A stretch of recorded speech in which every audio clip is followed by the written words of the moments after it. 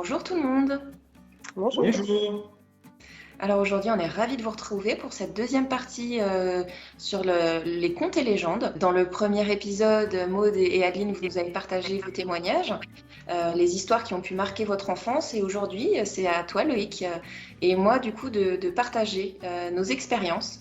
Parce qu'effectivement, on s'est rendu compte en préparant cet épisode que des histoires qui nous ont été contées quand on était enfant, qui pouvaient nous paraître anodines, eh bien, pas tant que ça. On va vous témoigner nous aussi ce que ça peut évoquer pour nous et ce qui résonne encore dans notre vie d'adulte. Donc, Loïc, je te propose de commencer avec ton histoire. D'accord. Alors, il y a deux contes qui m'ont inspiré quand j'étais enfant. Le premier, c'est Pinocchio, car il inculque des valeurs. Une marionnette aimée par son créateur, Geppetto, qui le considère comme son fils. Sauf que voilà, Pinocchio n'en fait qu'à sa tête et veut faire tout ce qui lui plaît. Et il fait confiance aux mauvaises personnes et se met inutilement en danger. Il a tendance à mentir pour se dédouaner de toute responsabilité vis-à-vis de ses actes. Pinocchio, c'est un peu l'histoire de la vie. Au début de sa vie, nous sommes insouciants, tels des enfants, et nous ne voyons pas les dangers dans le monde qui nous entoure. C'est aussi mettre en garde sur l'importance de l'éducation. Un enfant éduqué ne sera pas un enfant naïf, menteur, et qui fait des mauvais choix dans sa vie. Si tu mens, ton nez va s'allonger. Combien de fois j'ai pu entendre cette phrase dans mon enfance? Cette mise en garde moraliste, nous l'avons tous et toutes connue, et elle est directement inspirée du conte de Pinocchio. Il faut savoir que les aventures de Pinocchio, sous-titrées Histoire d'un pantin, Les Avventure di Pinocchio, Storia di un burattino, est un roman pour enfants écrit en 1881 par le journaliste et écrivain italien originaire de Toscane, Carlo Lorenzini, plus connu sous le nom de plume Carlo Collodi, né en 1826 et décédé en 1890. Enfin, dernier détail à savoir, Carlo Collodi était un journaliste moraliste qui n'aimait pas beaucoup les enfants. Ça peut se voir à travers son conte. Alors qu'il est en fin de carrière, légèrement aigri et en tant que vieux loup solitaire, Collodi, qui n'a pas d'enfant, a toujours été fasciné par cette période de la vie. Il a traduit certains contes de Grimm et de Perrault et écrit quelques livres pédagogiques. Quand le Giornale per i Bambini, le journal pour les enfants, lui demande d'écrire une histoire sous forme de feuilleton, le journaliste, sans grande conviction, commence à raconter l'histoire de Pinocchio. Il ne le sait pas encore, mais son œuvre va avoir un succès fou. Au XIXe siècle, c'est la période clé où l'on met l'accent sur l'éducation des enfants et l'apprentissage des connaissances et valeurs à travers les contes. Aujourd'hui encore, cette histoire a été de nouveau utilisée par le cinéma avec le réalisateur espagnol Guillermo del Toro qui sort une adaptation de l'œuvre sur Netflix. Je passe désormais à la seconde légende, le conte d'Hansel et Gretel, parfois intitulé Jeannot et Margot, je ne sais pas si vous le saviez, est un conte populaire figurant parmi ceux recueillis par les frères Grimm. Les frères Grimm se seraient inspirés du conte de Nenilio et Nenella, écrit par l'italien Giambattista Basile, publié dans la première moitié du XVIIe siècle. Le motif des enfants abandonnés dans la forêt est par ailleurs présent dans le conte de Perrault, Le Petit Poucet, qui est écrit à la fin du XVIIe siècle. Mais on trouve un épisode comparable dès le début de la seconde moitié du XVIe siècle chez Martin Montanus. L'histoire d'Hansel et Gretel nous plonge en fait dans un univers post-médiéval, la chasse aux sorcières, et où on raconte aux enfants qu'il ne faut pas se balader seul dans la forêt au risque de croiser ces méchantes femmes mangeuses d'enfants. Ce conte met en garde contre la curiosité et la gourmandise qui peuvent être de vilains défauts et qui ont entraîné Hansel et Gretel dans l'antre de la maison en pain d'épices de la sorcière. Dans le conte, c'est la belle-mère des enfants, craignant la famine, qui pousse son mari bûcheron à réitérer une tentative d'abandon pour se débarrasser de ces deux bouches à nourrir qui causent de l'inquiétude. Aussi étrange que cela puisse paraître, perdre ses enfants dans la forêt est un rite initiatique aux Pays-Bas. Heureusement, Hansel et Gretel ressortent vivants de leur épopée. Dans un premier temps, c'est Hansel, le petit garçon, qui offre le salut à sa sœur et à lui-même en lui permettant de retrouver leur chemin. Mais, à la fin de l'histoire, c'est Gretel, la petite fille, qui les sauve elle et son frère en tuant la sorcière, en l'enfermant dans la cheminée. Elle finit par mourir brûlée vive. Exactement comme la sentence qu'on réservait aux personnes accusées de sorcellerie et d'être hérétiques pendant la période de l'Inquisition, et non pas au Moyen-Âge, contrairement à ce que beaucoup pensent. Hansel et Gretel fut également adapté au cinéma, et là les enfants ont bien grandi. Ils sont devenus des chasseurs de sorcières. Il n'y a plus une sorcière à combattre, mais des dizaines, voire des centaines. Les enfants ont donc gagné en maturité et en force. Entraînés, ils ont développé un formidable instinct de survie qui fait qu'ils se révèlent être de redoutables chasseurs de sorcières. En conclusion, je dirais que même si les contes font place à l'imaginaire des enfants, il n'en reste pas moins qu'il y a souvent une dimension moraliste et réaliste sur le bilan à tirer de ce conte. Certains s'apparentent plus souvent à la représentation d'une époque qu'ils ne sont tirés d'une histoire vraie. Je laisse désormais la parole à Sandrine qui va vous raconter un conte spécifique qu'elle a entendu dans son enfance. Alors, effectivement, moi, c'est assez différent parce que déjà, l'histoire qui m'a marquée n'existe pas dans les livres. Il n'y a pas de livre, en fait. Quand on a préparé ce rendez-vous sur notre branche consacrée aux mythes et légendes, moi, j'ai pas réfléchi très longtemps avant de savoir l'anecdote que j'allais vous partager.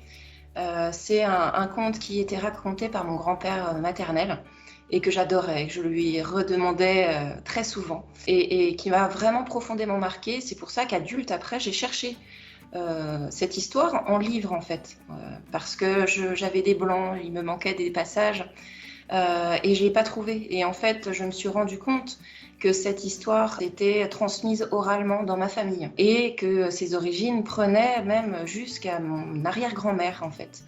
Mon grand-père, effectivement, devait tenir cette histoire de sa maman, qui était conteuse et qui contait régulièrement de nombreuses histoires aux enfants du village, en fait. Donc, en plus, pour moi, j'imagine mon arrière-grand-mère entourée d'enfants. Enfin, pour moi, c'est vraiment évocateur de beaucoup de souvenirs de famille, en fait.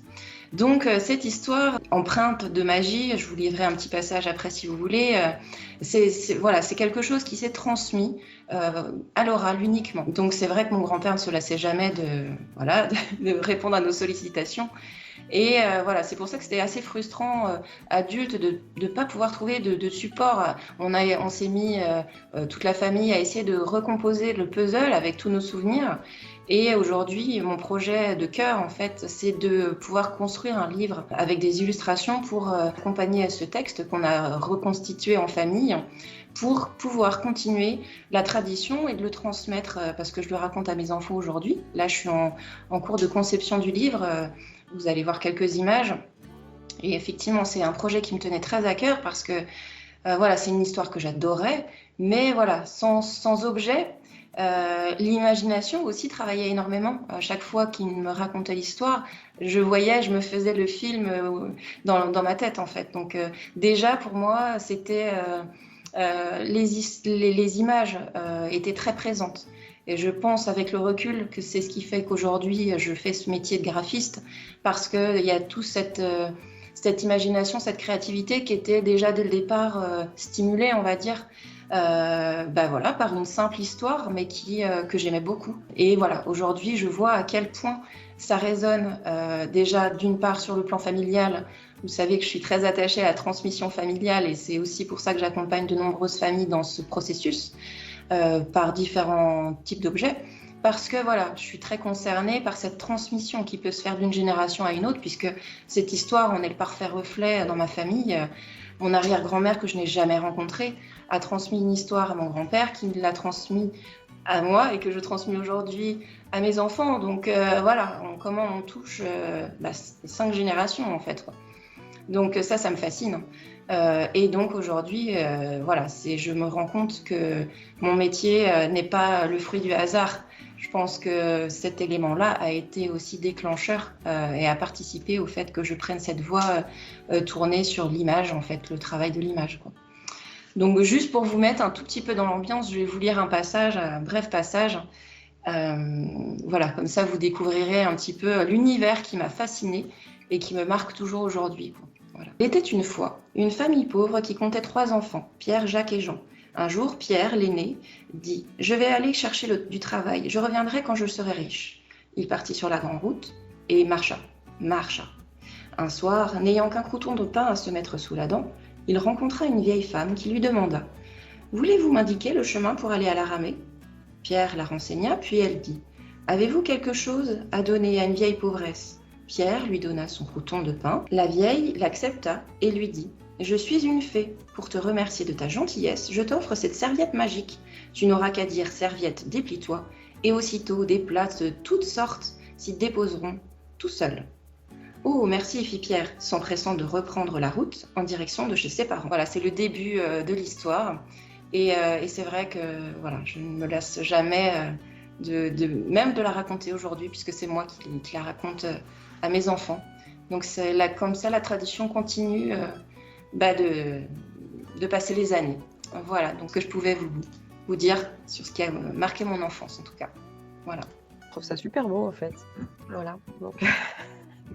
voilà, cette transmission, et puis le fait que tu aies voulu rechercher un support et que du coup c'est toi qui le crée, quoi. Donc, Ouais, je me suis dit à un moment donné, ouais, je ne voulais pas que ça retombe dans l'oubli en fait, et puis que ça soit plus facile aussi à raconter. C'est pour ça que j'ai décidé de prendre les choses en main, et puis le livre n'existe pas, créons-le, quoi. C'est ça que je trouve super aussi et magique, c'est de pouvoir donner vie à une histoire qui est racontée, quoi.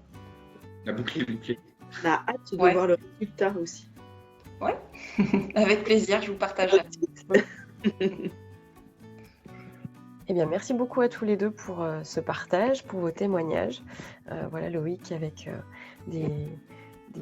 des lectures différentes, effectivement, par rapport à la vision d'enfant qu'on peut avoir sur des contes. Et puis, Sandrine, toi, le fait d'en réécrire un, on va dire, et de continuer la transmission qui a été faite au sein de ta famille. Voilà, c'est un très, très beau témoignage aussi. Et j'espère qu'on aura l'occasion de voir le résultat prochainement dans Rendez-vous sur notre branche.